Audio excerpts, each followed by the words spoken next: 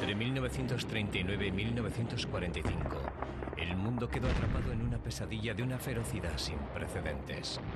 Cuando el humo se disipó por fin, surgieron historias de un conjunto extraordinario de nuevas armas soñadas por las mentes más ingeniosas de ambos bandos. Armas raras como jamás se han utilizado en la guerra. Nuevas formas de llevar la destrucción al enemigo nacidas de la desesperación y la imaginación más desatada. Y en medio de un mundo loco, ningún proyecto parecía demasiado extraño. Un portaaviones insumergible e indestructible de hielo macizo flotando en mitad del Atlántico.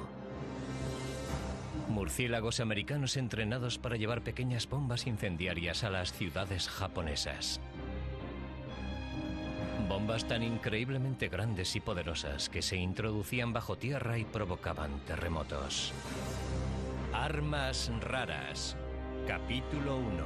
Los aliados.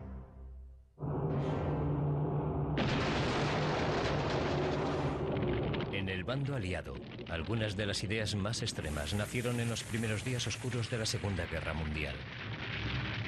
Desde el principio, entre 1941 y 1942, los barcos mercantes aliados que llevaban suministros vitales de Estados Unidos a Gran Bretaña sufrieron constantes ataques. En 1942, los submarinos alemanes se cobraban una cosecha siniestra. Hundían una media de 33 barcos mercantes por semana. El coste de vidas humanas era enorme. 30.000 marineros estadounidenses murieron o resultaron heridos solo en el Atlántico Norte durante la guerra. Cientos de kilómetros de mar abierto eran un campo de tiro para los alemanes. Los aviones que despegaban de Gran Bretaña solo podían proteger a los convoyes que cruzaban el Atlántico. Solo se podía volar hasta Halifax, en Nueva Escocia, dejando una zona intermedia en la que los submarinos alemanes podían operar sin miedo a la escolta aérea. Lo que hacía falta era una plataforma flotante en el Atlántico que sirviese de base aérea para defender a los convoyes. El primer ministro británico, Winston Churchill, ordenó dedicar atención al problema. A un científico excéntrico que trabajaba en el Departamento Británico de Operaciones Combinadas llamado Geoffrey Pike, se le ocurrió una solución extraordinaria y poco factible.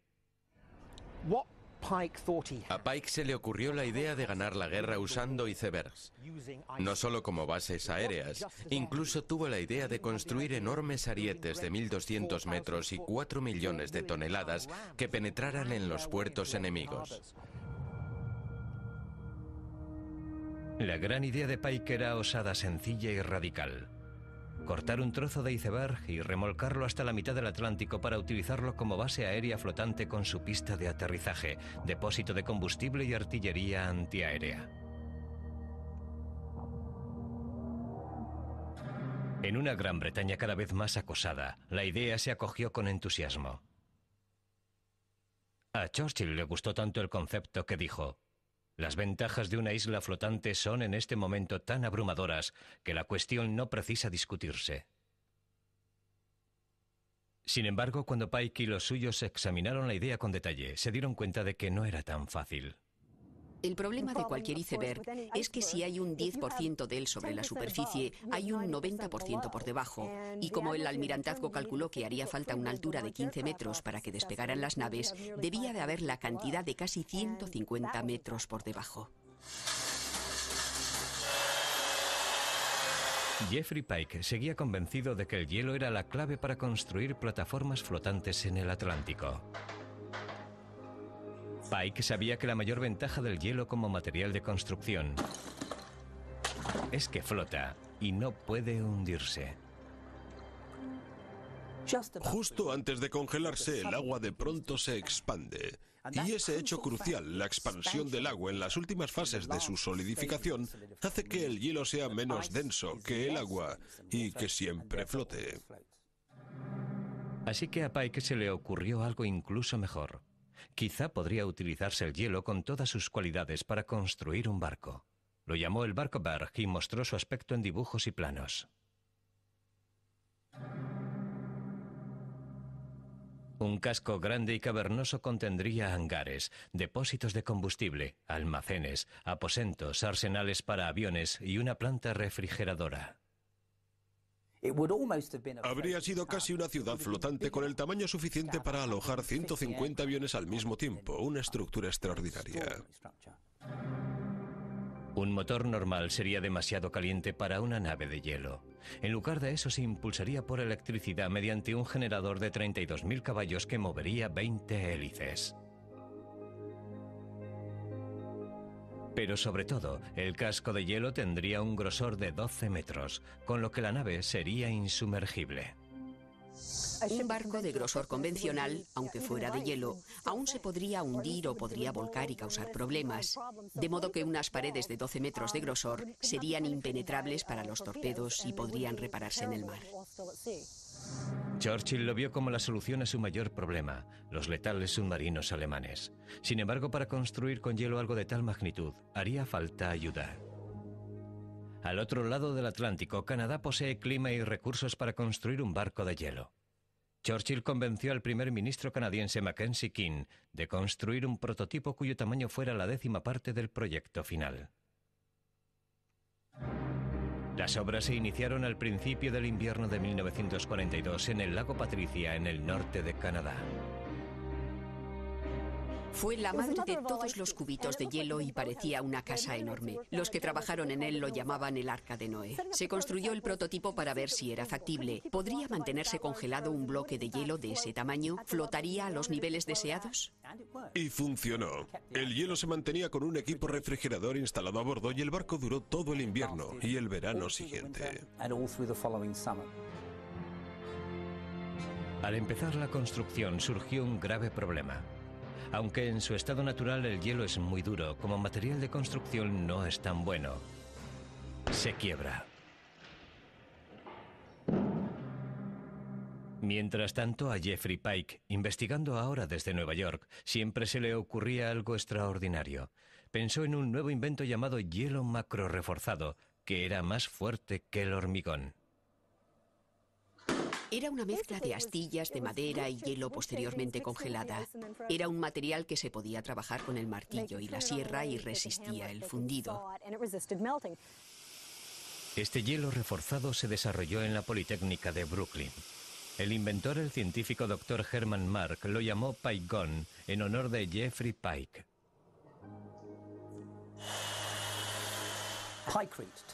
El Pike-Gun resultó poseer las propiedades precisas para un portaaviones. Y debido a la pulpa de madera, no se fundía tan rápido como el hielo natural.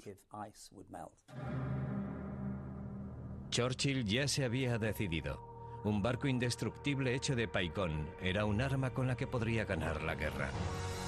Lo bautizaron Habakkuk, como el profeta del Antiguo Testamento que escribió: en estos días realizaré una obra que si os la contaran, no lo creeríais. Este Habakkuk iba a pesar 2 millones de toneladas y medir casi 800 metros. Avanzaría por el agua a unos tranquilos 7 nudos, seguro de que ninguna cantidad de torpedos podría siquiera abollar su casco de 12 metros de grosor. Solo se podrían hacer pequeños cráteres en la superficie, pero habría sido imposible causar daños importantes. Churchill estaba tan emocionado que quería no solo un barco, sino una flota de 100, y cuanto antes. Sin embargo, cuando este increíblemente extraño buque parecía al alcance de la mano, se escapó. A finales de 1943 informaron a Churchill de que los constructores no estaban seguros de terminar uno antes de 2 años, por no hablar ya de 100. Creo que hubo varias razones para abandonar el proyecto. En primer lugar, era una locura y dudo que hubiese llegado a funcionar.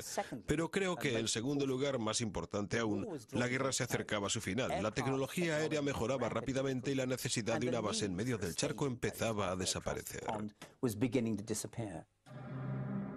A regañadientes, Churchill canceló el proyecto. La gran idea que Jeffrey Pike tenía de un barco de hielo acabó hecha pedazos. Hoy los restos del prototipo se encuentran en el fondo del lago Patricia, un objeto de curiosidad para los buceadores locales. Y para los que conocen la historia del Habakkuk, un recordatorio de lo que pudo haber sido. El Habakkuk estaba destinado a no participar en la ofensiva aliada contra la Alemania nazi. Y ese fue el caso de muchas armas raras más. En 1944 se aprestaban a encabezar la invasión más grande de la historia.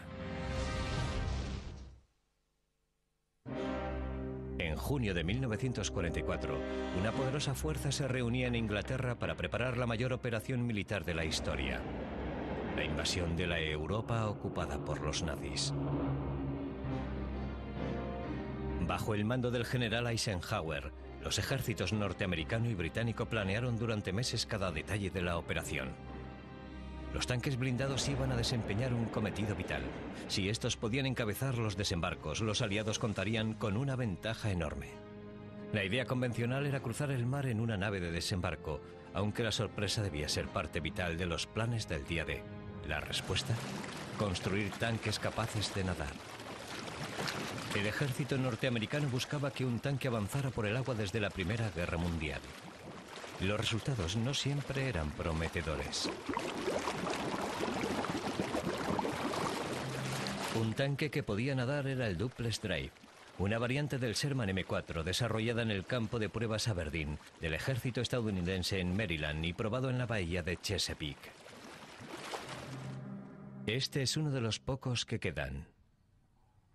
Este es un tanque como los que debieron de utilizarse en el día D. Si descendemos por el vehículo, veremos que una lona se colocaba aquí. Esto iba sellado y tenía una cubierta aquí. Aún se pueden observar los restos de la lona. Y esta lona subía por esta superestructura una vez levantada por encima del vehículo. Y por medio de la lona se desplazaba la cantidad suficiente de agua para que flotara. El tanque se impulsaba mediante dos hélices que partían del motor principal. Su velocidad punta era de 4 nudos.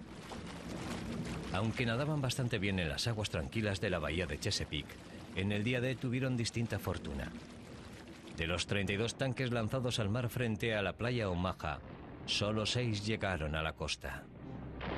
Había una corriente cruzada. La marea se estaba retirando y se echó sobre los vehículos que no pudieron llegar a la playa. Sin embargo, muchos desembarcaron en otros puntos de Normandía.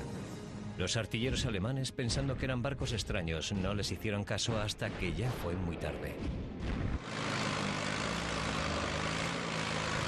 Otras ideas de tanques especialmente adaptados mantuvieron el empuje de la invasión. Este lanzallamas podía incinerar un puesto alemán en cuestión de segundos.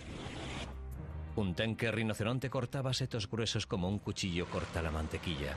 Sin embargo, los de mayor éxito fueron los tanques antiminas.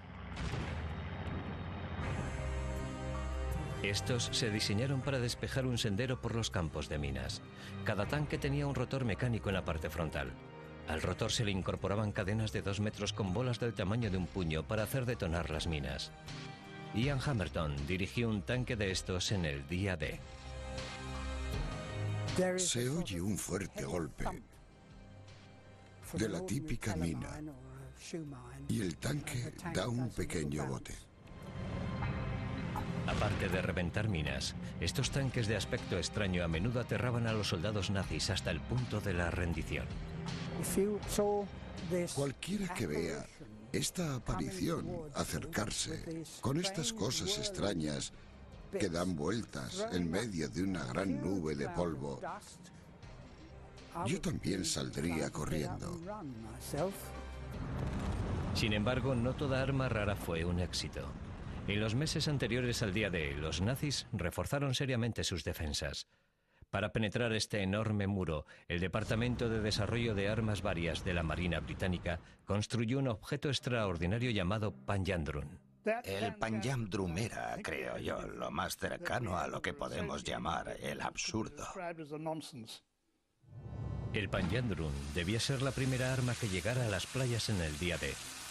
Saldría a la carga desde una nave de desembarco, correría por la playa y explotaría al alcanzar su objetivo. El problema era que nunca llegaba. Consistía en 2 ruedas y un tambor con 1 tonelada de explosivos. 18 cohetes montados en las ruedas procuraban la propulsión, pero el problema era que nunca iba en línea recta.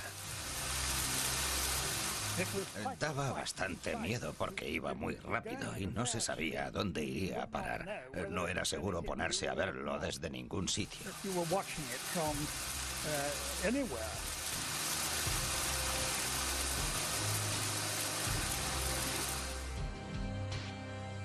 Para compensar, añadieron más cohetes, incorporaron una tercera rueda y seguía sin funcionar.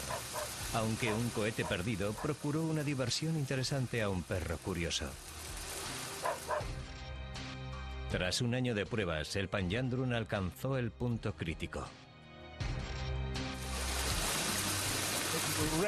Vino un grupo de altos oficiales a ver cómo era. El aparato se les echó encima y todos ellos cayeron al interior de un dique. Aquel suceso les hizo cambiar radicalmente de idea. El Panjandrum costó cientos de miles de libras antes de que la Armada Británica admitiera la derrota. Sí, parecía algo de locos. Pero hay que tener en cuenta la urgencia y la desesperación del momento. Sin embargo, la misma urgencia y desesperación producía ideas asombrosas e ingeniosas. En Estados Unidos, un dentista de Pensilvania estaba elaborando un plan para destruir el núcleo industrial de Japón con murciélagos.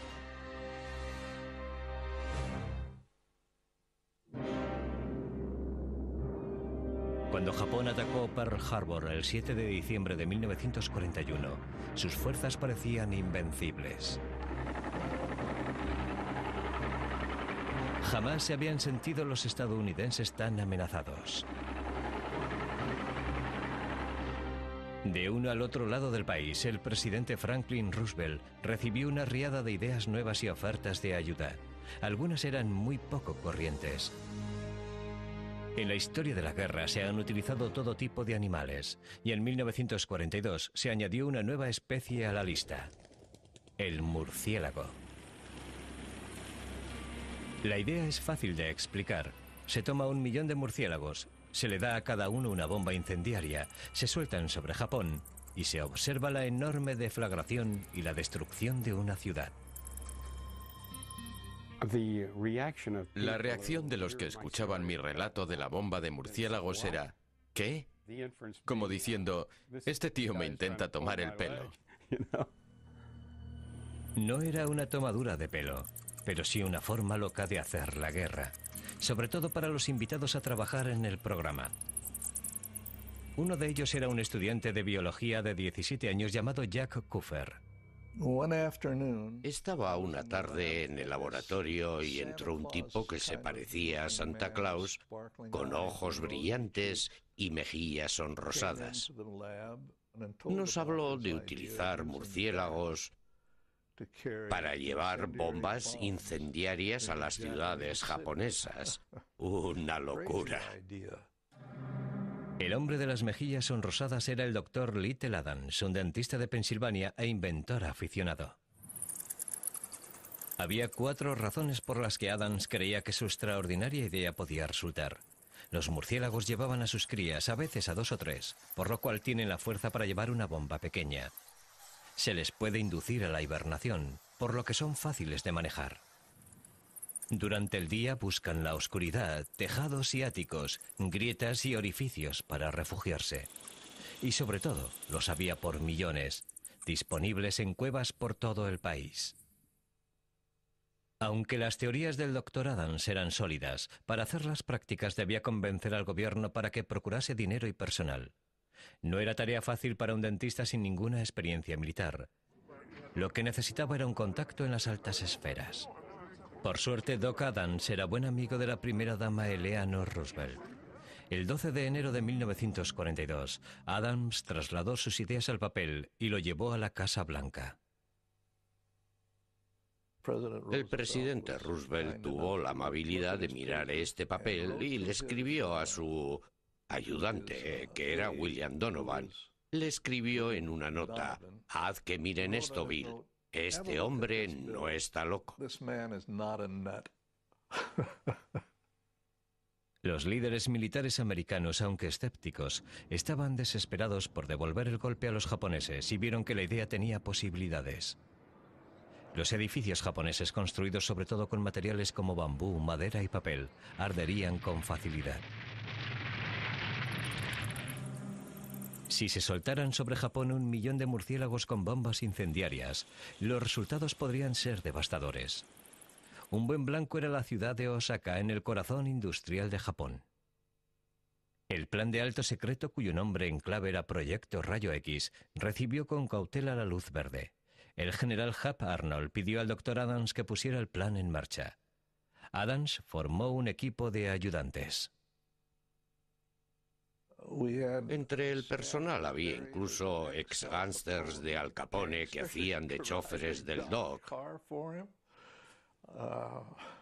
Era una pandilla de locos.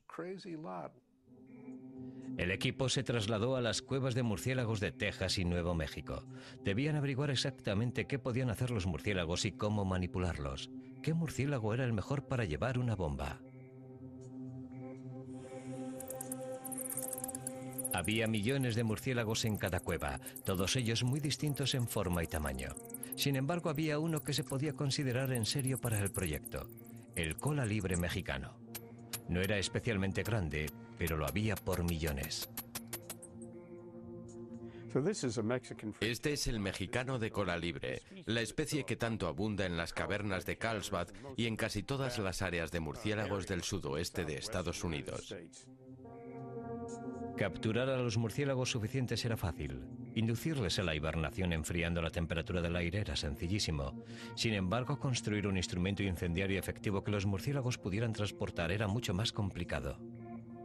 El murciélago mexicano medio pesaba apenas 15 gramos. Las pruebas demostraron que solo podía llevar poco más de una vez su propio peso. Sin embargo, el dispositivo incendiario más pequeño disponible en la época pesaba 900 gramos, 30 veces más de lo que el murciélago podía transportar.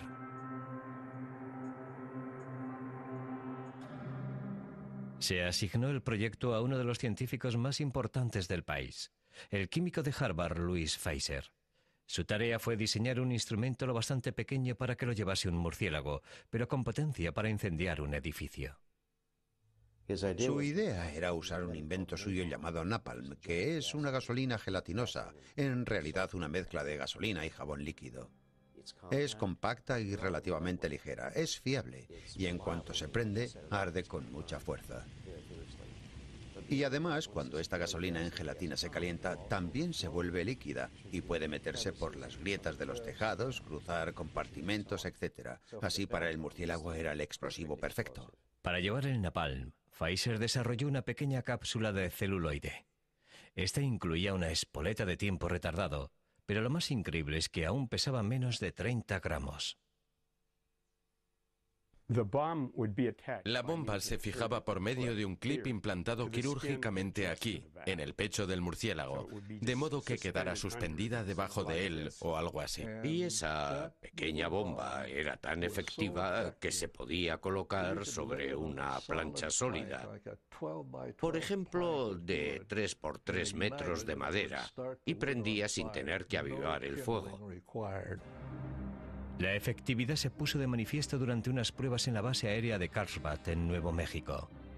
Algunos murciélagos escaparon con bombas cargadas y en cuestión de minutos la base estaba en llamas. La Fuerza Aérea pudo sentir de primera mano lo que habíamos hecho. Pensaba que al menos habíamos probado que funcionaba. Sin embargo, la pregunta más importante seguía sin respuesta. ¿Cómo dejar caer 1 millón de murciélagos sobre una ciudad japonesa? Para mantener la seguridad, los murciélagos debían quedar en estado de hibernación mientras llevaran las bombas y durante su viaje al objetivo. Los murciélagos dormidos no podrían lanzarse sin más desde un avión porque se estrellarían contra el suelo. Para soltarlos de forma efectiva habría que dejarlos salir de hibernación y hacerles partir desde una plataforma segura desde la cual volar y refugiarse en un edificio. Al Dr. Adams se le ocurrió diseñar una ingeniosa bomba murciélago. Se colocaban 1040 murciélagos apilados sobre 26 bandejas en un contenedor de 1,5 metros en forma de bomba. En cada bandeja había 40 compartimentos separados, uno para cada murciélago.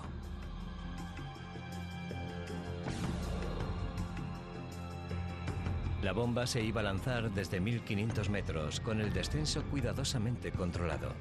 Un paracaídas se abriría a 600 metros. Simultáneamente caería la cáscara exterior de la bomba. Las bandejas se abrirían como un acordeón, cada una unida a la siguiente por medio de una cuerda.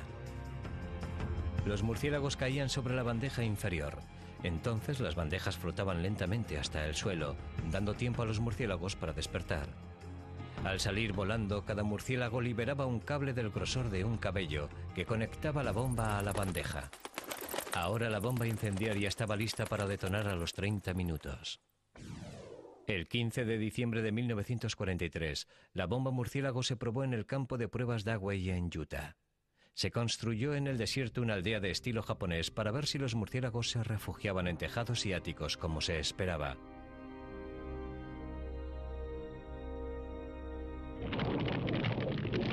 Los murciélagos se portaron a la perfección. Los militares quedaron impresionados. Y esto es lo que escribieron. Se concluye que la bomba de murciélagos es un arma efectiva. ¡Tachán! Se aprobó oficialmente la bomba de murciélagos en diciembre de 1943. Debía ponerse en acción contra los japoneses en septiembre del año siguiente. Sin embargo, el 16 de febrero de 1944 llegó una noticia inesperada. El proyecto se cancelaba. Nadie supo explicar por qué. Naturalmente aquello nos defraudó. Nos hubiera gustado verla en acción porque nos habría ayudado a acabar rápidamente la guerra. Sin embargo, ya se había encontrado un modo rápido de acabar la guerra. La bomba atómica convirtió la bomba de murciélagos en obsoleta antes siquiera de entrar en acción. La guerra había acabado para el Dr. Adams y su equipo. Sin embargo, por todo el país, la búsqueda de formas raras de aventajar al enemigo nunca se detuvo. En Minneapolis, en 1942, se creó un plan de entrenamiento de palomas para guiar una bomba hasta su objetivo. Las bombas electrónicas inteligentes de hoy son el arma perfecta. Podemos, a kilómetros de distancia, guiar un misil con total seguridad y exactitud hasta un blanco lejano. Desde la Primera Guerra Mundial, los científicos han sabido que las bombas controladas a distancia eran el futuro, pero aún no sabían cómo utilizar las ondas de radio para conseguirlo. Una de las primeras ideas fue utilizar palomas. Al conductista norteamericano B.F. Skinner se le ocurrió un plan. Tras estudiar durante años el comportamiento animal, se vio capaz de entrenar palomas para que guiaran una bomba hasta su blanco. La idea de Skinner era introducir palomas en el interior de un misil. Cuando éste se lanzaba, por ejemplo, hacia un barco, una lente proyectaba una imagen del barco sobre una pantalla en el interior de la bomba. Las palomas estaban entrenadas para picotear el barco de la pantalla. Mientras golpearan la imagen correctamente, un enlace desde la pantalla hasta el control de dirección de la bomba la mantendría sobre su curso. Skinner entrenó a sus aves utilizando comida como recompensa. Creía que si su bomba guiada por palomas se lanzaba a menos de 600 metros del blanco, las palomas garantizarían un impacto directo.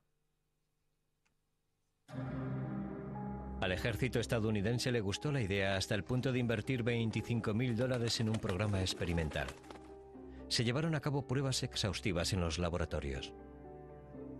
Los pájaros aprobaron con nota cada una de las pruebas, pero no sirvió de nada.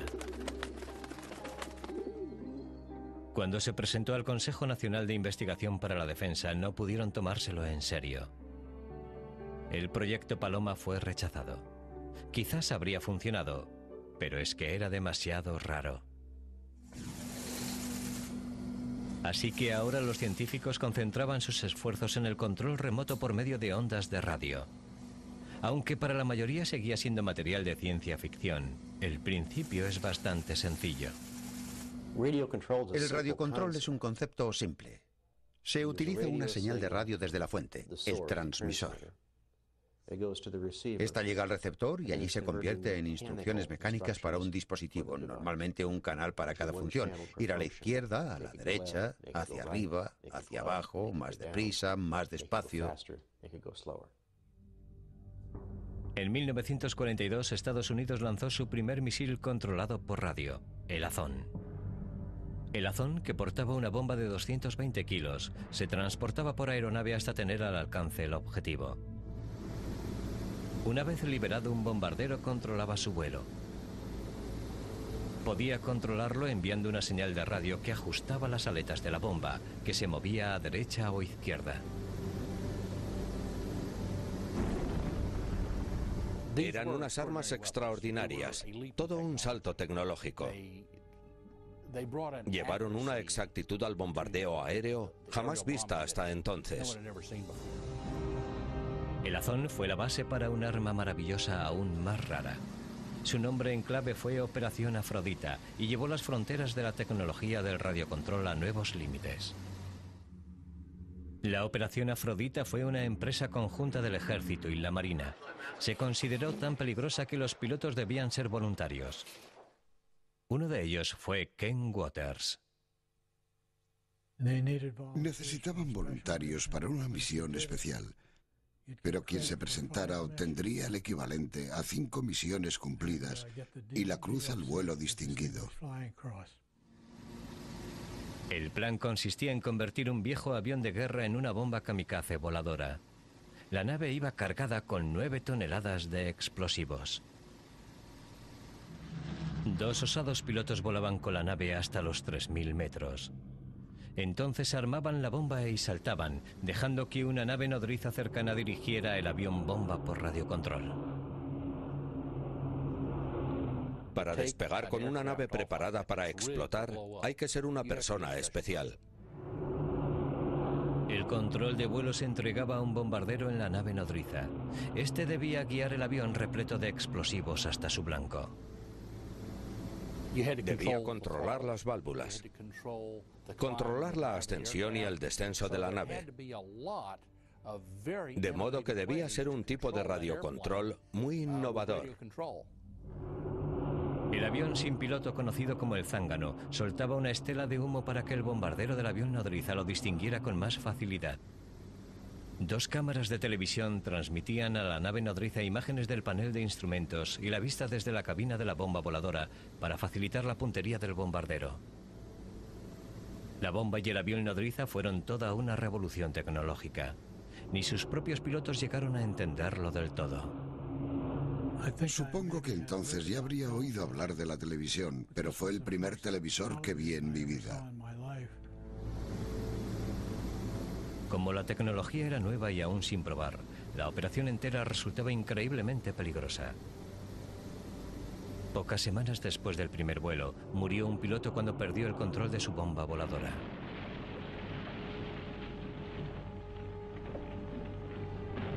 Otro más perdió la vida cuando el paracaídas se enganchó con el avión al saltar.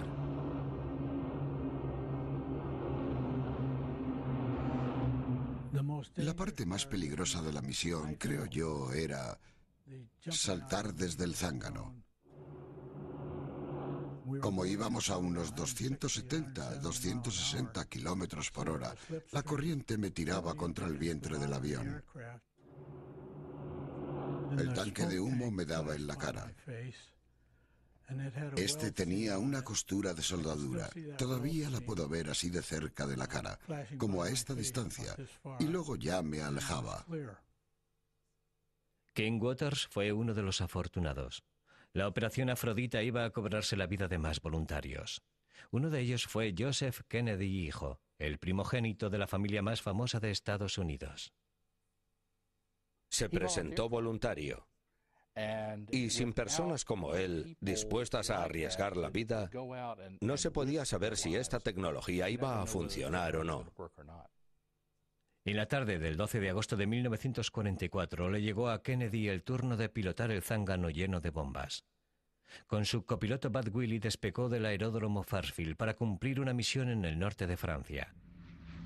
Pilotaban un bombardero Navy Liberator cargado con 9.525 kilos de explosivo. Kennedy debía ascender hasta 3.000 metros antes de entregar el control a la nave nodriza. Su última tarea antes de saltar era armar la bomba. Para ello se había instalado un nuevo equipo, un conmutador electrónico que sustituía al sistema manual. Alrededor de las 6:20, Joe Kennedy y Bud Willie empezaron a pulsar conmutadores para entregar el control de la nave. Segundos después, hubo una enorme explosión.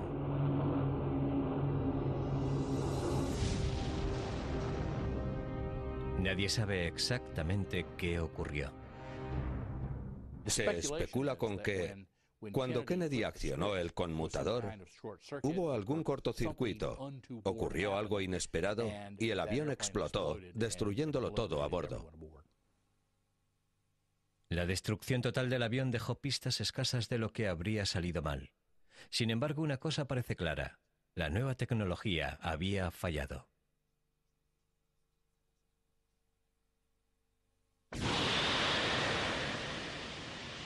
Los misiles controlados por radio son ahora normales dentro del arsenal norteamericano. Quienes usan hoy estos misiles deben mucho a hombres como Joe Kennedy, Wilford Bud Willie y los demás fallecidos. A continuación, el arma más rara de todas: una bomba capaz de generar un terremoto. En la desesperación de los primeros días de la Segunda Guerra Mundial, los líderes aliados recibieron un río de ideas raras. Dejar caer bombas en el Vesubio para provocar una erupción que destruyera el sur de Italia. Liberar serpientes venenosas en Berlín para aterrorizar al pueblo alemán. Pulverizar el jardín de Hitler con una hormona capaz de hacerle cambiar de sexo. Sorprende poco que por entonces una buena idea no se reconociese de inmediato. Una bomba tan potente que sea capaz de provocar un terremoto habría parecido improbable, pero no lo era.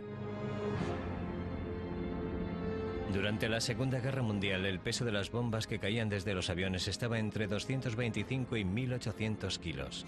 Explotaban al tocar tierra y causaban múltiples daños. Sin embargo, gran parte de la fuerza de la explosión se perdía, disipada en la atmósfera.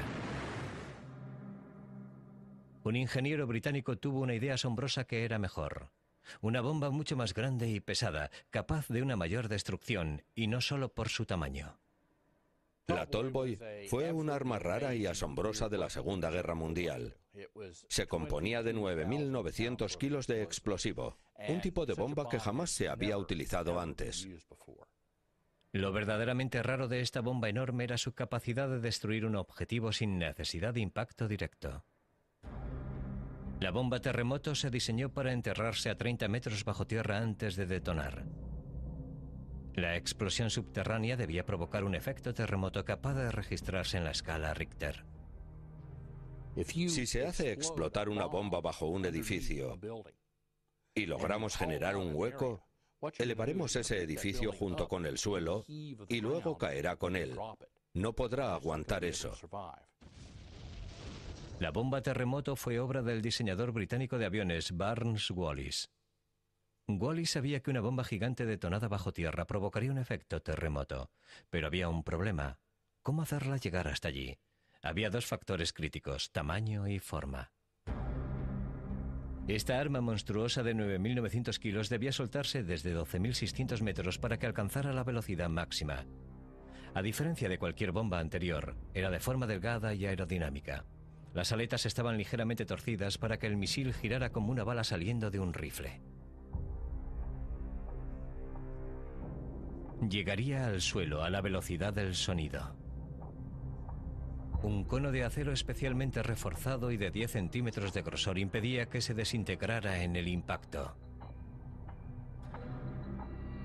Todo en la bomba era nuevo y sin probar. Era una teoría avanzadísima. A nadie se le había ocurrido antes y nadie sabía si iba a funcionar excepto su creador, Barnes Wallis.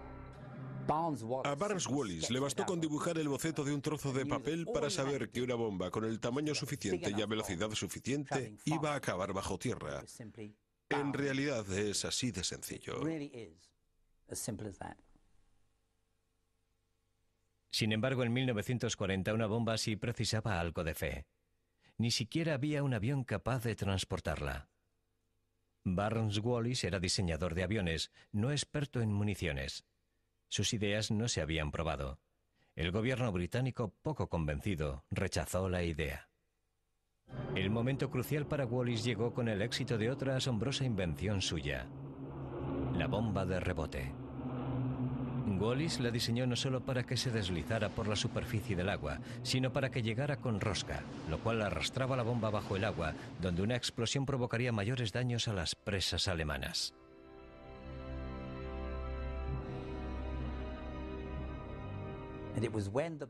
Y cuando las bombas aterrizaron y estas armas relativamente ligeras reventaron los muros de las presas, el gobierno británico quedó convencido de que encerrar una bomba en una estructura sólida o líquida le daba más fuerza que si explotaba en el aire. La bomba de rebote dio a Barnes Wallis la credibilidad que necesitaba. En 1943 el gobierno británico finalmente recapacitó. La bomba terremoto entró en producción. Se iba a soltar la mayor bomba de la historia. La primera versión era más pequeña de lo que Wallis había planeado: 630 centímetros de longitud, 5.400 kilos de peso, de los cuales 2.250 eran de alto explosivo Torpex. Seguía siendo la carga más pesada llevada jamás por un avión.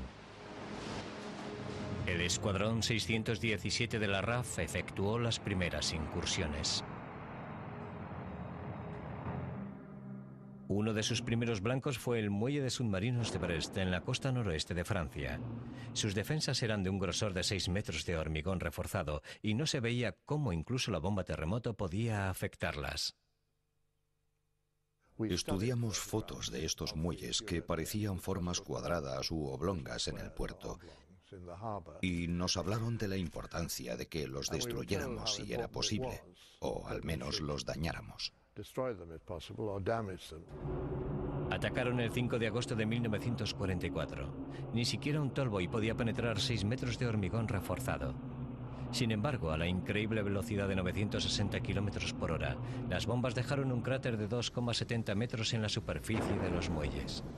Y las ondas de choque de las explosiones dejaron un cráter aún más grande en el techo inferior.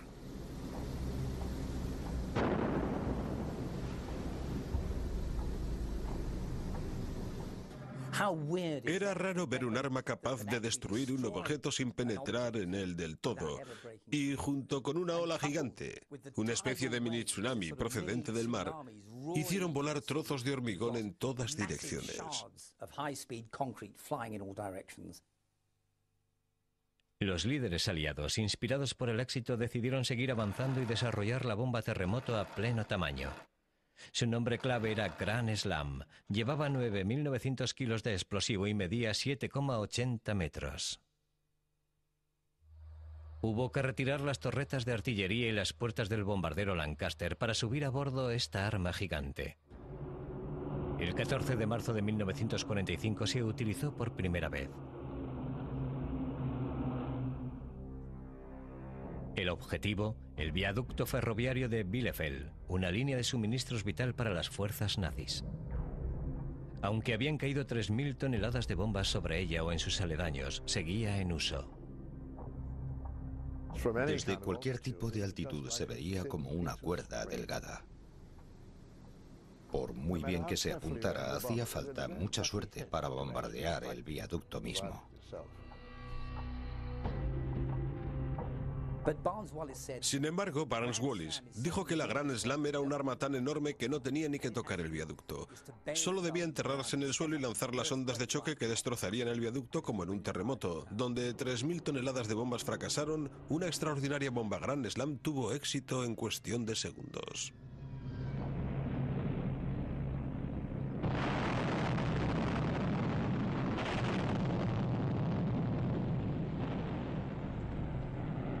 Y se metió en la tierra, explotó, se movió todo y la estructura cayó como un castillo de naipes.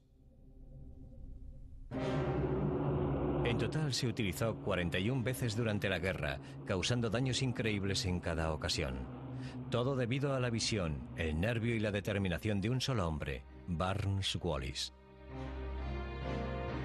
Lo que él no sabía, naturalmente, era que el arma más rara de todas se desarrollaba en Estados Unidos, y que pocos meses después iba a eclipsar a la bomba terremoto y traer el final de la guerra.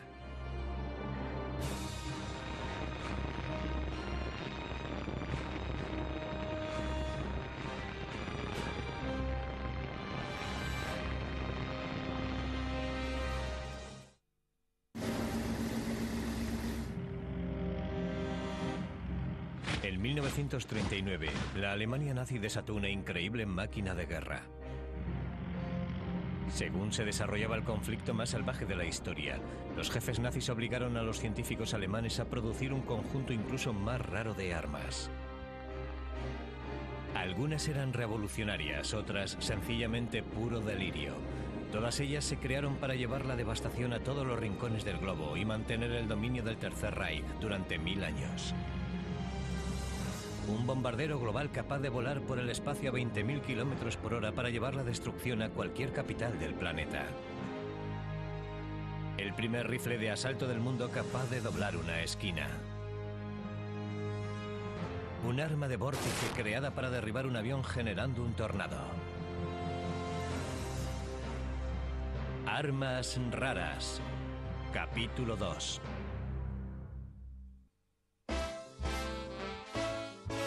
En los años 20 y 30, los cohetes y los viajes espaciales eran la moda en Alemania. Había arraigado la idea de que pronto el hombre podría viajar a la Luna.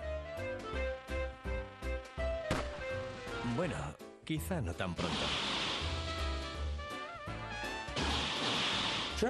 Aunque Alemania vivió una locura por los cohetes en los años 20, tras ella académicos e ingenieros trabajaban muy en serio, porque creían de verdad que nuestro futuro dependía del vuelo de los cohetes. Estos pioneros de la ciencia planeaban desarrollar todo tipo de cohetes, aviones y naves espaciales. Su idea abarcaba el viaje espacial a la Luna, a Marte y más allá. Estaciones espaciales desde las cuales controlar el clima terrestre y aviones cohete capaces de llevar pasajeros al otro lado de la Tierra en un par de horas. Su único objetivo era la exploración del espacio. No esperaban que sus ideas revolucionarias se utilizaran como armas de guerra. Sin embargo, los nazis vieron otras posibilidades. Pronto se dieron cuenta del potencial militar de los cohetes, los cuales ofrecían oportunidades sin límites a un país decidido a dominar el mundo. Había generales del ejército alemán como Walter Domberger, que seguían muy de cerca el trabajo de los aficionados a los cohetes. Cuando los nazis llegaron al poder en 1933, Domberger esperaba que por medio de la explotación del genio de esta nueva generación de científicos e ingenieros, el ejército alemán desarrollaría nuevas armas poderosas y extraordinarias. Eligió personalmente a algunos de los mejores cerebros. El primero de la lista era Wernher von Braun. Domberger lo instaló en un nuevo centro ultrasecreto de investigación de cohetes en Peenemünde, en la costa báltica alemana. Von Braun se puso a trabajar.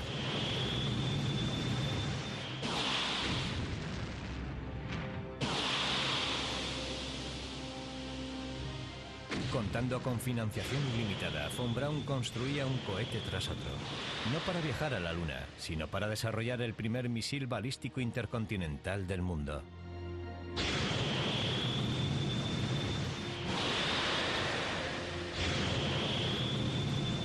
Mientras tanto, el considerado ampliamente como fundador de la ciencia alemana de los cohetes, Hermann Oberth, tenía unas ideas aún más ambiciosas y fantásticas.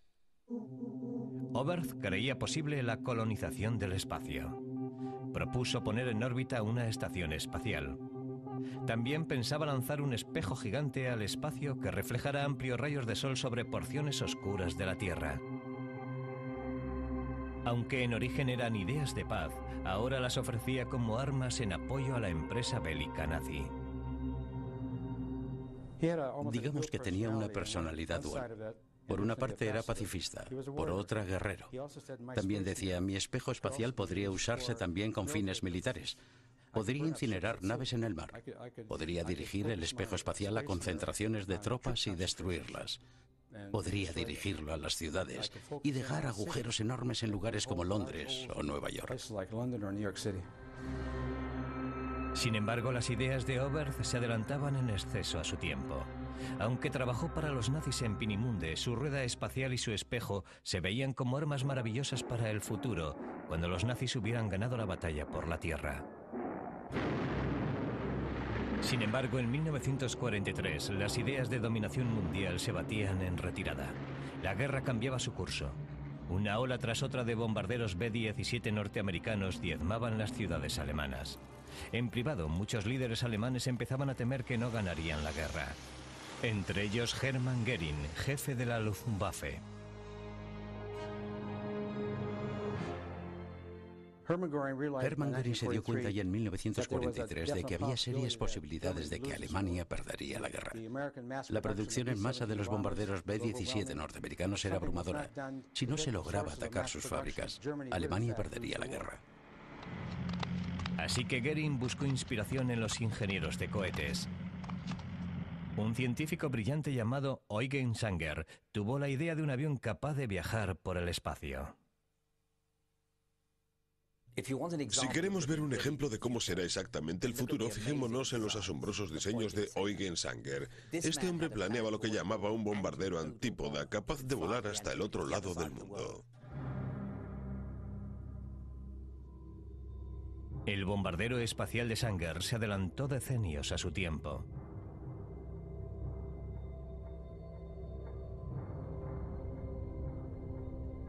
En el despegue, el avión debía impulsarse a lo largo de un monorraíl por medio de un trineo de cohetes V2. Tras recorrer 2,7 kilómetros, el avión se desplazaría a más de 1.600 kilómetros por hora. Tras dejar la vía, un segundo cohete en su interior alteraría la trayectoria y lo elevaría a 150 kilómetros hacia el espacio.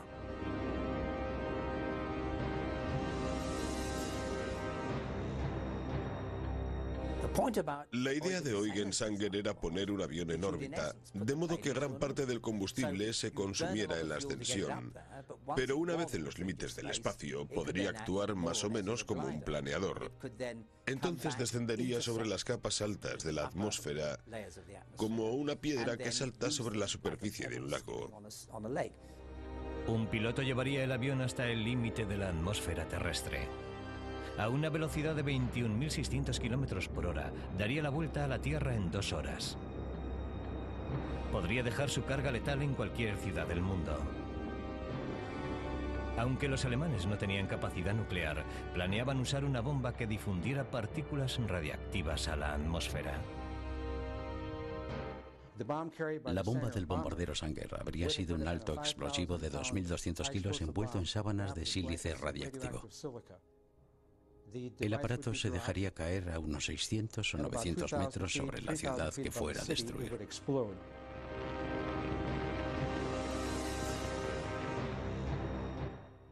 El sílice radiactivo caería como copos de nieve, provocando enfermedades radiactivas y la muerte. Tras dejar caer su carga mortal, el bombardero espacial volvería planeando a Alemania, efectuando una reentrada gradual en la atmósfera.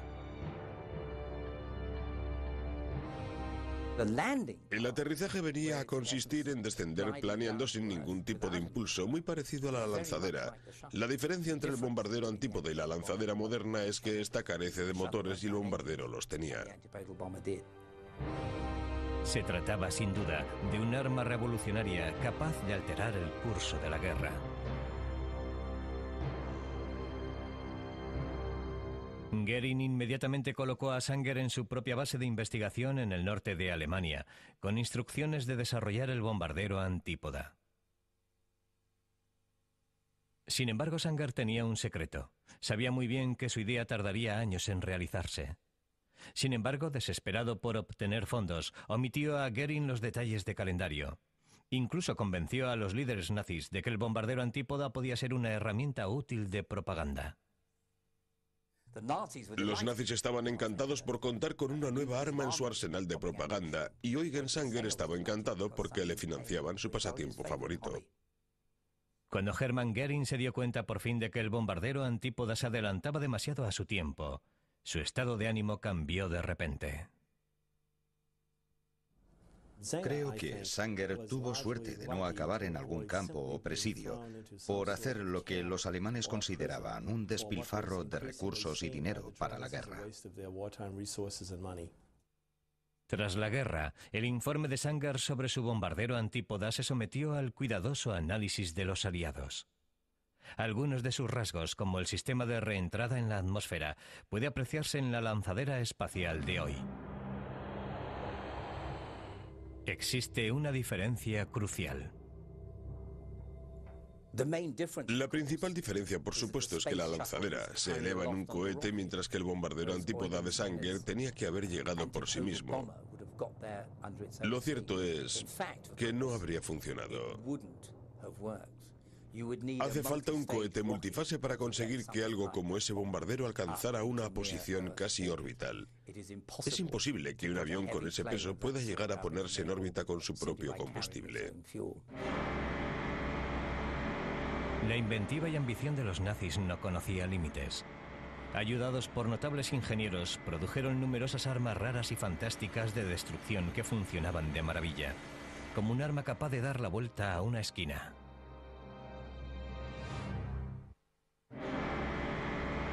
A lo largo de la historia, la tecnología alemana ha venido produciendo armas de la mejor calidad.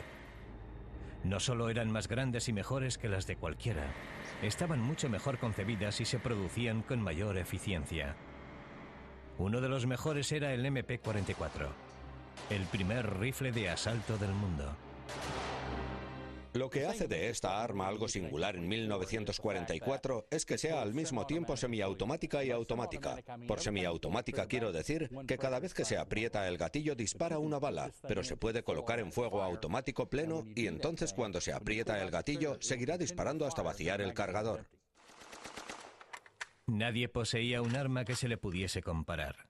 El arma reglamentaria de un soldado aliado era o un rifle o una submetralleta. Ambas estaban en desventaja frente al rifle de asalto. Entonces los ingenieros alemanes se superaron a sí mismos. Se les ocurrió una cosa llamada instrumento de cañón curvo. Y aquí está, un modo de disparar doblando las esquinas. Consiste en una pieza muy pesada de metal adherida al final del cañón. Y cuando la bala llegaba y golpeaba aquí, giraba 90 grados saliendo por aquí. El cañón curvo se desarrolló debido a un raro error de ingeniería en una cadena de montaje de tanques. Los ingenieros descubrieron que habían construido tanques en los que no encajaban las torretas normales. Llenos de recursos, dieron al vehículo un techo plano y un nuevo nombre, el Elefante. Le incorporaron un cañón de 88 milímetros como arma de largo alcance contra los tanques rusos del frente oriental. Sin embargo, en sus prisas, alguien olvidó incorporar una metralleta, lo que hacía al Elefante totalmente vulnerable a los ataques. La infantería rusa descubrió muy pronto que podían llegar hasta estos vehículos, echar gasolina por encima y prenderla sin que los vehículos pudieran prestarse apoyo mutuo. Al no haber una metralleta a bordo, si usted está aquí y yo estoy aquí y la infantería rusa trepa por su vehículo, sin metralleta no tengo forma de abatirlos. Hacía falta un arma para que los ocupantes alemanes pudieran defenderse desde dentro. Así se creó el MP-44 modificado, con el cañón curvo para que el soldado alemán pudiera sacar esto por la torreta y regar el vehículo para evitar que la infantería rusa trepara por él. Los ingenieros experimentaron con dos modelos, uno curvado 30 grados y el otro 90. El ángulo más agudo se utilizaba en espacios reducidos como los de los tanques. Y después de inventar un arma capaz de doblar una esquina, los soldados alemanes querían ver a quién disparaban. Fijémonos en que hay un área aquí que parece recortada y rugosa, donde los alemanes instalaron un espejo para colocar la mira aquí y poder ver qué recibía el disparo. Había un solo problema más. El cañón curvo tendía a deformar y destrozar las balas que se disparaban. Sin embargo, eso resultó ser una ventaja para los soldados en las distancias cortas. Cuando la bala se desplaza por el cañón, alcanza una temperatura tremenda y prácticamente se desintegra. Así obtenemos un efecto perdigón que sale de la boca del arma, pero recordemos que las distancias son muy cortas, de modo que eso da igual. Con o sin cañón curvo, el MP-44 parecía tenerlo todo. Sin embargo, curiosamente, había en Alemania un hombre al que no le gustaba, Adolf Hitler. Cuando le mostraron esta arma, no le gustó nada, porque parecía hecho a trozos y lo veía feo. Así que ordenó que no se produjera. Pero el ejército alemán sí lo produjo. Aunque le desobedecieron, lo que no es nada bueno para un general alemán, se salieron con la suya porque era un arma muy buena. Los ingenieros alemanes colocaban cada vez más alto el listón en el diseño de armas, pero en 1944, cuando la guerra se les escapaba, empezaron a experimentar con armas incluso más delirantes.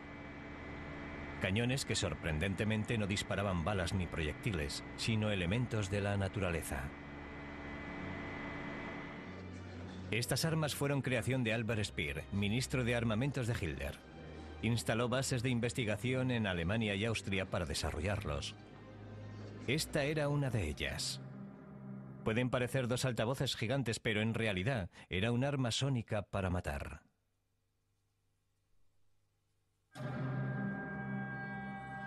El arma funcionaba prendiendo una mezcla de metano y oxígeno en una cámara de resonancia.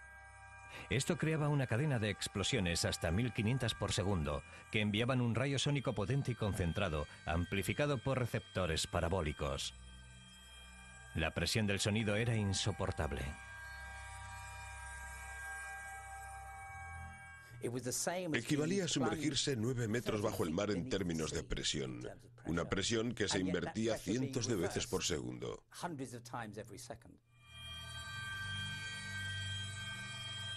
Era un sonido vibrante muy intenso, capaz de penetrar en el cuerpo humano, pretendiendo disolver el cerebro y el corazón. Los alemanes calculaban que el cañón sónico debería tardar medio minuto en matar a un hombre en un alcance de 100 metros y lesionar gravemente a cualquiera en un alcance de 300 metros. El arma sónica quizá fuera letal, pero también era grande y poco manejable. Jamás se usó en combate. Pero estoy seguro de que estos problemas prácticos podrían haberse superado, y seguro que en algún lugar del mundo hay un dictador loco que pretende revivir esa idea. Además de utilizar el sonido como arma, los ingenieros nazis probaban armas que disparaban aire. En su interior se alimentaba de hidrógeno y oxígeno, que provocaría una explosión tremenda de la que surgiría un impulso de aire comprimido invisible, capaz de derribar un avión que la sobrevolase. El arma de viento se usó solo una vez, cuando los nazis trataron sin éxito de defender un puente sobre el río Elba. No derribaron ningún avión y el arma quedó abandonada. Ninguna de estas armas extraordinarias sobrevive en la actualidad. Sin embargo, en California, un grupo de ocio ha recreado con detalle algunas armas raras nazis de la Segunda Guerra Mundial para su exhibición mecánica. La idea consiste en dar al público la sensación de cómo eran los tiempos de la guerra. Sentir la conmoción de algo así golpeándonos, y el fuego, y las explosiones, el olor a gasoil y la suciedad que se pisa, es lo más cerca de sentirse dentro de una batalla sin estar realmente en ella.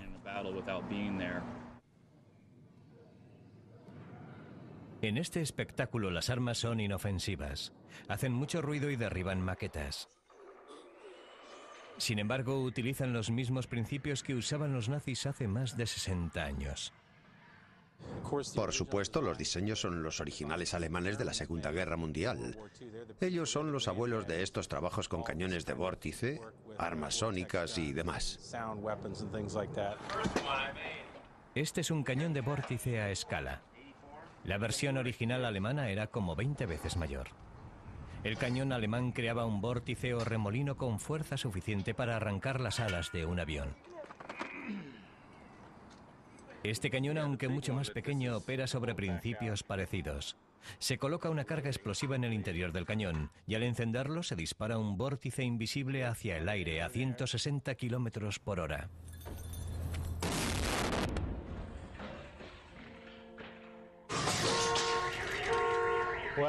Este es inofensivo, hace mucho ruido y es capaz de destruir una lámina de cristal. Pero los alemanes, además de tener un cañón mucho más grande, le añadían un ingrediente especial, polvo fino de carbón, el cual mezclado con la explosión del vórtice hacía que el arma fuera mucho más potente. Hace siglos que se sabía que el polvo muy fino en el aire explota. La harina de un molino puede explotar de pronto. El polvo fino de carbón en una mina puede explotar de pronto. Y fue una invención austríaca durante la guerra la que trató de aprovechar este proceso para crear un cañón de vórtice. La reacción del polvo de carbón con el aire hacía que el vórtice fuera cada vez más grande, hasta alcanzar el tamaño de un pequeño tornado. El polvo seguía ardiendo, alimentando la espiral, y al menos en teoría generando un enorme remolino capaz de derribar un avión. Al igual que el cañón sónico y el de viento, el cañón de vórtice jamás llegó al campo de batalla. La idea era en verdad extraordinaria, pero ¿pudo haber funcionado? ¿Pudo haber derribado un avión? Si el avión colabora, sí. Es decir, con todo lo que sabían y eran capaces de hacer. Es asombroso que construyeran estas cosas y obtuvieran de ellas estos efectos, pero desde un punto de vista práctico, habría que tener mucha suerte en el disparo. Sin embargo, otras ideas de armas raras tuvieron mucho más éxito. Al principio de la guerra, los nazis dominaban la naturaleza de una forma algo distinta, desarrollando tanques capaces de viajar bajo el mar y máquinas gigantes que transportaran por el aire a los hombres y las máquinas necesarios para invadir Inglaterra.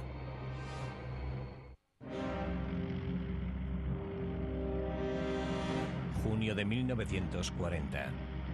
En pocos meses, el ejército alemán había conquistado casi toda Europa. Mientras Hitler hacía turismo en París, su fuerza aérea, la Luftwaffe, tenía órdenes de ablandar a los británicos para preparar una invasión alemana. El éxito del ejército alemán se basaba en la guerra relámpago.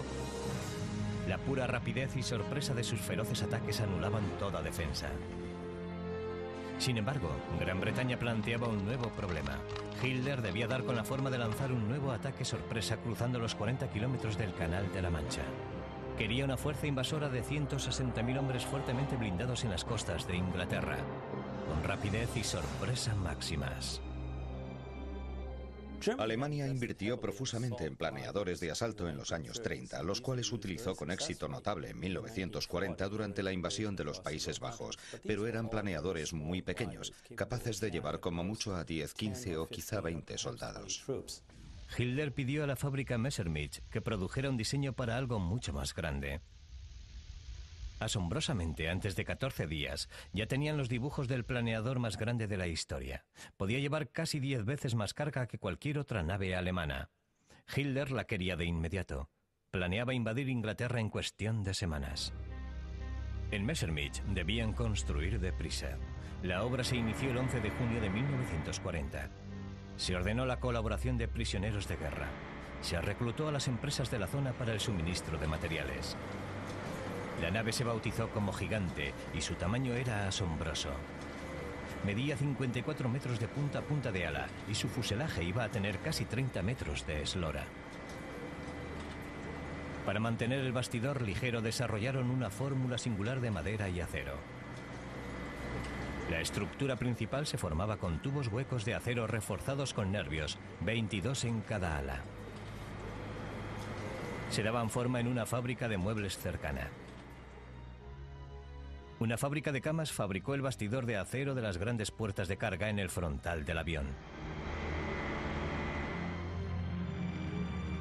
Hitler había pedido un avión capaz de transportar un tanque por el aire. Messerschmitt construyó algo incluso mayor. El nuevo planeador podría alojar a 120 soldados plenamente equipados. En total podía cargar 24 toneladas. Lo increíble era que solo 3 planchas de madera reforzada aguantaban el peso. La madera de aglomerado en la que se juntan láminas de madera con el grano en direcciones opuestas es mucho más fuerte que la madera normal. Y si se baña o empapa con resina o algún barniz, resulta aún mucho más fuerte. El próximo desafío era conseguir que el Gigante despegase. Mientras tanto, otra idea rara se desarrollaba para el fondo del mar. Un elemento clave de los planes de invasión de Hitler era el tanque. Para mantener el elemento sorpresa y hacer que entraran rápidamente en combate, ¿por qué no ir con ellos hasta la costa, por debajo del agua? Desde julio de 1940, 168 Taube Panthers se modificaron para operar bajo la superficie del mar. Se sellaron y añadieron tubos verticales para suministrar aire a la tripulación. Se les llamaba tanques de vado profundo. El principal problema de un tanque de vado profundo es que incluso bajo el agua y solo utilizando un tubo de aire, aún flotará un poco. Parece extraño que un objeto de 25 toneladas de acero pueda flotar, pero aún lleva aire dentro y por lo tanto no ejerce buena tracción bajo el agua. Se hicieron pruebas en Pudlos, en la costa del Báltico. Descubrieron que los tanques a menudo se atascaban en terreno blando como el del lecho de un río. Para las tripulaciones atrapadas a 13 metros bajo el agua, la huida era un suplicio terrible. Las escotillas tenían encima todo el peso del agua, de modo que había que dejar primero que se inundara el tanque y después podía abrirse la escotilla y huir usando un pulmón marino o algo parecido, pero los 5 o 6 minutos que tarda en llenarse el tanque de agua son aterradores. Mientras las tripulaciones aprendían a escapar de un tanque atascado bajo el agua, los ingenieros de Messerschmitt trataban de resolver cómo hacer que despegara el planeador más grande de la Tierra. A un planeador de tamaño normal lo remolcaba otra nave. Pero para el gigante no había avión lo bastante grande. Se añadieron cohetes a las alas para darle más empuje en el despegue, pero este no era suficiente. A continuación lo ataron a 3 aviones distintos para remolcar al monstruo. A veces funcionaba, a veces no. Coordinar 3 aviones era casi imposible. Se estrellaron muchas veces y muchas más estuvieron a punto de hacerlo, resultando evidente que utilizar 3 aviones para remolcar uno jamás iba a ser un sistema fiable.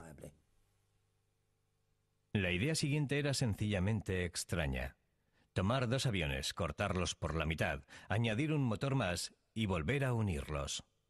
Se le llamó Heinkel 111Z y a pesar de su extraño aspecto, funcionó. Finalmente alguien tuvo la brillante idea de incorporar al planeador sus propios motores. 6 motores French Known Round Butte convirtieron al gigante planeador más grande del mundo en el avión de transporte más grande del mundo. Haría más ruido, pero cumpliría su tarea.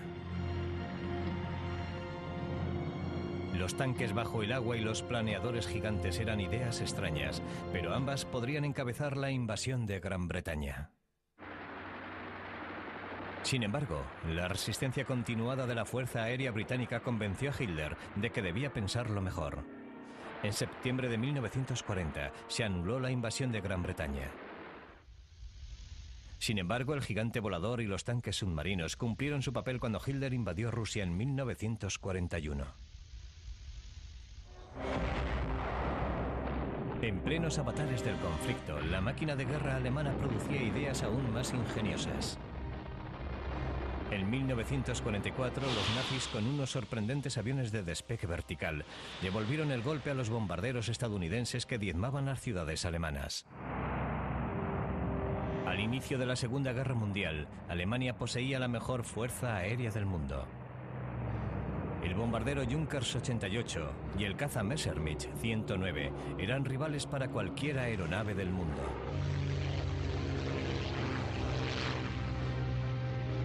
En 1940, el comandante de la Fuerza Aérea Göring y Adolf Hitler confiaban tanto en la invulnerabilidad de la Fuerza Aérea Alemana que frenaron el desarrollo e investigación de nuevas naves. No creyeron que les hiciera falta. Fue una decisión de consecuencias nefastas para la Alemania nazi, porque ya en 1944, una aeronave como la ME-109 estaba prácticamente obsoleta. No era rival para los nuevos cazas estadounidenses como los Mustang. El resultado fue que los bombarderos estadounidenses gozaban de una protección casi total mientras machacaban sin descanso los objetivos alemanes. Hermann Göring y la Fuerza Aérea Alemana buscaban desesperadamente una nueva y fantástica aeronave capaz de volver a inclinar la balanza en favor de Alemania. Estaban dispuestos a pagar cualquier precio por ella. Si nos fijamos en la lista de desarrollos nazis en el transcurso de la guerra, lo que nos sorprende es la forma en que tiraban el dinero, y no hay otro modo de describirlo. No desarrollaban el caza ideal y lo hacían más grande, mejor y más rápido, sino que desarrollaban docenas de ellos. Para 1944, el Ministerio Alemán del Aire necesitaba un milagro. Esperaban que las muchas ideas en las que trabajaban los diseñadores de aviones podrían servirles para contraatacar. Un requisito urgente era el de un interceptor defensivo que pudiera producirse en grandes cantidades a bajo coste. Hubo muchas propuestas. Una se llamó el Natter. Era un pequeño reactor tripulado. Utilizando madera barata, podría construirse fácilmente en pequeños talleres usando trabajadores semi-especializados. Se lanzaba desde un poste vertical y podría volar a 960 kilómetros por hora. Era un pequeño cohete monoplaza que despegaba en vertical a alta velocidad, ascendía con mucho ruido hasta las regiones altas de la atmósfera y entonces se apagaba el motor. El piloto lo utilizaba como planeador para atacar a otras naves, mientras iba descendiendo suavemente hacia el suelo. La artillería del Natter era impresionante. Podía disparar desde el morro 24 cohetes aire-aire. Pero si eso fallaba, se instaba a los pilotos a saltar enfilando el avión hacia una nave enemiga. El propio Natter se consideraba prescindible. Si el avión al descender no atacaba a una nave aliada, se le dejaba estrellarse. Solo se recuperaba el motor para un nuevo uso. El diseño se consideró tan extraño y peligroso que el Ministerio Alemán del Aire lo rechazó. Sin embargo, el diseñador Erich Wagen se saltó los cauces normales y convenció directamente a Heinrich Himmler, jefe de las SS, para que financiara el programa. A pesar del apoyo de Himmler, solo voló una vez y se estrelló poco después del despegue, matando al piloto de pruebas Lothar Siebert. En la lista de rarezas el Natter está casi en lo más alto. Puede que no esté el primero, pero no estará lejos. Casi igual de raro era otro interceptor cohete, este a partir de un Messerschmitt, el ME-163. El avión despegaba normalmente, pero entonces un cohete lo disparaba en vertical a 960 kilómetros por hora. Era una idea radicalmente nueva. Lo impulsaba un motor cohete sobre una serie de ruedas que se desprenderían tras el despegue para evitar la escasa aerodinámica de un tren de aterrizaje. Entonces utilizaría el cohete para elevarse a 6 o 9.000 metros de altura y descender planeando y disparando a otras naves. El que despegara verticalmente como un pequeño cohete espacial le daba una gran ventaja, pero habría sido un infierno para el piloto. Cuando el avión volvía a tierra, aterrizaba sobre un trineo. Al igual que el Natter, pilotar el 163 era increíblemente peligroso. Los despegues y aterrizajes eran particularmente arriesgados. El combustible del cohete era muy volátil e inflamable.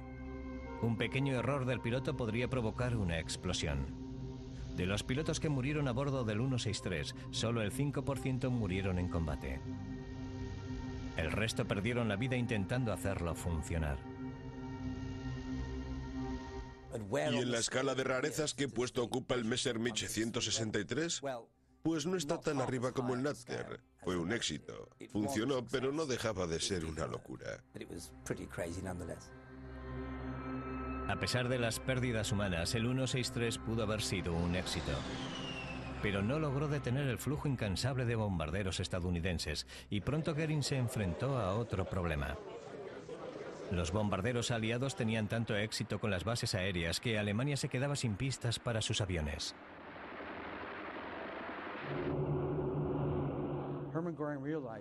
Hermann Göring comprendió que necesitaba otro tipo de máquina voladora capaz de ocultarse en los bosques, en un patio, en cualquier sitio, capaz de despegar en vertical, realizar una transición a vuelo horizontal, regresar de su misión de atacar los B-57, realizar una transición y aterrizar en vertical sin necesidad de pista. Lo sorprendente fue que Goering buscara la solución en un profesor de zoología de la Universidad de Göttingen, Erich von Holst.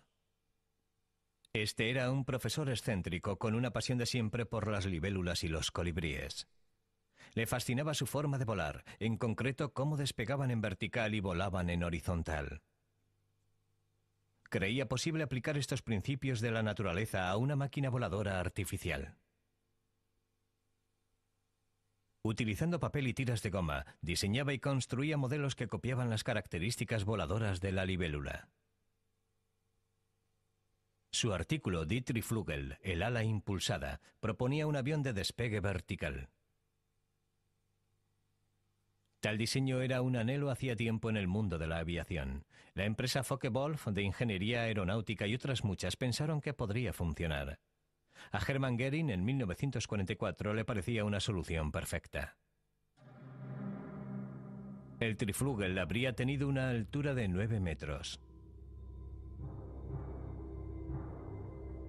Su fuselaje estaría rodeado por 3 rotores de 9 metros. En cada punta habría un reactor de 60 centímetros. Al encenderse los motores elevarían la máquina del suelo. Una vez en el aire, giraría poco a poco hasta alcanzar un vuelo horizontal de alta velocidad. El Triflügel estaría entonces en posición de ataque.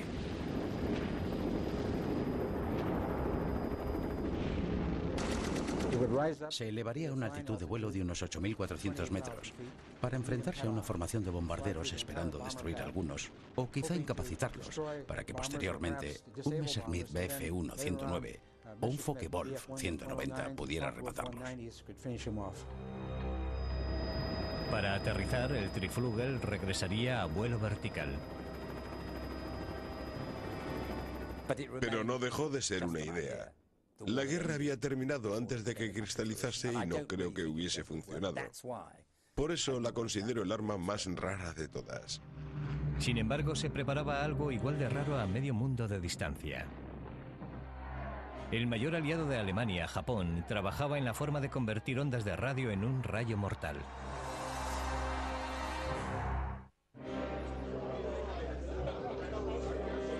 En los años 30, los científicos de los principales países del mundo querían saber si las ondas de radio podrían ser un arma.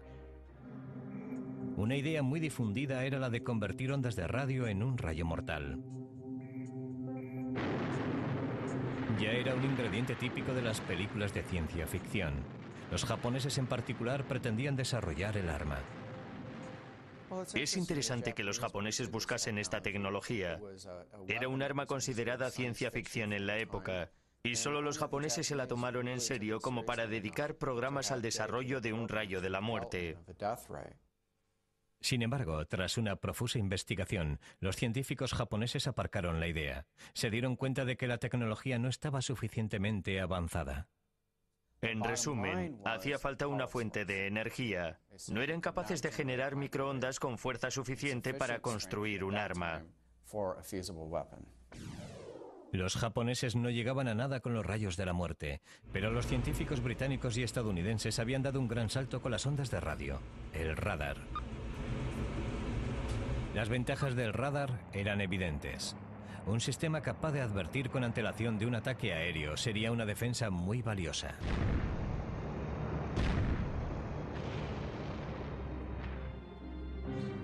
Aunque fueran evidentes, no todos vieron de inmediato los beneficios. Los jefes militares japoneses, soñando aún con un rayo de la muerte, estaban más interesados en un arma letal que en un radar. Aunque los científicos e ingenieros les ofrecían una tecnología que podía utilizarse ya, los servicios militares no expresaron gran interés en el desarrollo del radar. La Marina, por ejemplo, veía el radar útil sobre todo como ayuda para la navegación. Cuando Japón entró en guerra en 1941, sus fuerzas barrieron el Pacífico, superando con facilidad la resistencia aliada. Creían tener todas las armas que necesitaban. Entonces, en junio de 1942, los japoneses sufrieron su mayor revés. Cuando barcos americanos y japoneses se enfrentaron en una de las grandes batallas navales de la Segunda Guerra Mundial. Contra toda probabilidad, la Marina norteamericana logró una gran victoria en lo que acabó conociéndose como la Batalla de Midway. Los japoneses quedaron conmocionados por el desenlace de Midway. La mayoría de sus principales navíos yacían en el fondo del Pacífico Norte, y fue la primera gran derrota psicológica de la Armada japonesa. Desesperado, viendo la derrota en el horizonte, el alto mando japonés pidió ideas a sus científicos e ingenieros para crear armas nuevas. Un joven y brillante científico naval llamado Ito Yoshi lanzó dos extraordinarias propuestas a los líderes japoneses: o construir una bomba atómica, o volver a investigar la idea de un rayo de la muerte. Tras meses y meses de investigación atómica, no vieron factible la construcción de un arma nuclear, así que regresaron al rayo de la muerte. Irónicamente, el éxito británico del radar había hecho posible un progreso tecnológico que podría ser útil al rayo mortal nipón. Cuando estalló la guerra, Gran Bretaña contaba con un sistema costero de radar llamado Chain Home. Funcionaba bien, pero al utilizar ondas largas, exigía antenas de radio de 120 metros de altura para enviar y recibir la señal. En 1940, dos científicos británicos de la Universidad de Birmingham, Henry Booth y John Randall, inventaron un instrumento llamado magnetrón de cavidad. Era capaz de producir mucha más energía en longitudes de onda mucho más cortas, a las que llamaron microondas. Las microondas miden apenas 1 centímetro de longitud de onda y transmiten una gran cantidad de energía de calor en un espacio pequeño. Por eso tenemos en casa hornos microondas. La tecnología de microondas iba a permitir la incorporación de transmisores de radar más pequeños a barcos y aviones. También había en ello una aplicación práctica para el rayo asesino japonés. La invención del magnetrón parecía posibilitar más el rayo de la muerte porque las microondas transportan más energía que las ondas de radio convencionales. Si nos bombardean todo el día con ondas de radio a cierta distancia, no nos matarán. Pero no podemos recibir el bombardeo de microondas durante mucho tiempo sin que nos afecte. Utilizando tecnología de microondas, el ejército japonés construyó unos extraordinarios prototipos de rayo de la muerte en un laboratorio nuevo de Shimada, 160 kilómetros al oeste de Tokio. Estos tenían el aspecto de una antena parabólica moderna. Enviaban un fuerte rayo muy concentrado de microondas hacia el objetivo.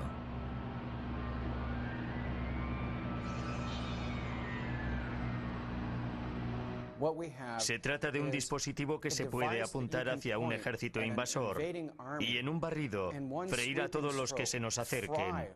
Piel fundida, ojos derretidos, personas cayendo muertas. Se trataba de cocerlos desde dentro, desnaturalizar sus proteínas, calentarles las células hasta que dejaran de funcionar. Los archivos del ejército japonés muestran que las primeras víctimas del rayo de la muerte fueron conejos. A medida que los rayos se hicieron más potentes, los archivos japoneses declaraban que utilizaron monos como blanco. Lo cual posee una implicación siniestra, porque muchas veces, en lugar de consignar que eran seres humanos, anotaban que eran monos.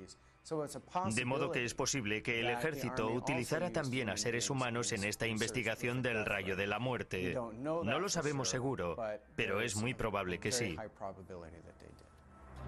Sin embargo, matar animales y quizás seres humanos en condiciones controladas estaba muy lejos de preparar un rayo de la muerte para el campo de batalla.